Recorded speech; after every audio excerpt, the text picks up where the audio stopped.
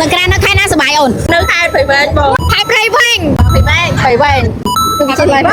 ព្រៃភ្នៅព្រៃភ្នៅអូនព្រៃភ្នៅខែនេះគេដែរព្រៃវែងភាសានៅនឹងមានការចាច់ពងទាព្រៃហ៎បងអូវ៉ាវហើយចែកបានគ្រាប់ទេអូនចាយ10000គ្រាប់វ៉ាវហើយអូននេះគេឲ្យហ្វ្រីមែនអូនណាគេដាក់ចែកដែរសាលាមែននៅអូនខាងសាលាចាយបងវ៉ាវអ្នកទាំងអស់គ្នាមកនៅចង់បានជាមួយនឹងពងទាហ្វ្រីចែកពងទាហ្វ្រី10000គ្រាប់នៅវិទ្យាល័យព្រៃភ្នៅនៅខេត្តព្រៃវែងអ្នកទាំងអស់គ្នានេះហ្វ្រីហ្មងអ្នកទាំងអស់គ្នាណាគេចង់បានពងទាហ្វ្រីកុំភ្លេចមកនេះទាំងអស់គ្នាហើយមកតែមើលវីដេអូហ្នឹងសង្ក្រានខែណាសប្បាយកុំភ្លេចកុំមិនបងឲ្យចង់ឲ្យបងមករីកាតលេសង្ក្រានណាកុំភ្លេចកុំមិនទាំងអស់គ្នា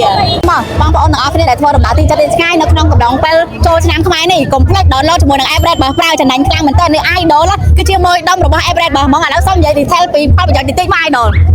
ហើយបងប្អូនធ្វើដំណើរតាមរថបាឡងណាស់មែនតើមានកក់ទូហើយនឹងកក់ឡានក្រុងហើយសំខាន់គឺមានម៉ោងធ្វើដំណើរច្រើនងាយស្រួលបងប្អូនមិនបាច់ទៅកក់ដល់ទីតាំងហើយគឺគ្រាន់តែកក់ជាមួយនឹង app Red Bus បានហើយសំខាន់លើអតិថិជនដែលគាត់ថ្មីគឺទទួលបានការចំណាយ$4ហើយនឹង cashback $6ចាកុំភ្លេចប្រើជាមួយនឹង promo code Red Bus America ហើយនឹង Red Bus Red ផងហ្នឹងហើយអញ្ចឹង download ទាំងអស់គ្នាហើយប្រើជាមួយ referral code របស់ពួកខ្ញុំទាំងពីរទទួលបានលុយ$5ភ្លាមៗហ្មងអញ្ចឹងកុំភ្លេច download ប្រើម្នាក់មួយហើយការកក់គឺងាយៗខ្លាំងតែនហើយធានា100%ថាមានកៅអីអង្គុយអញ្ចឹងកុំភ្លេចធ្វើដំណើរទីចិត្តទីឆ្ងាយតាមទូកតាមឡានកុំភ្លេចជាមួយនឹង app Red Bus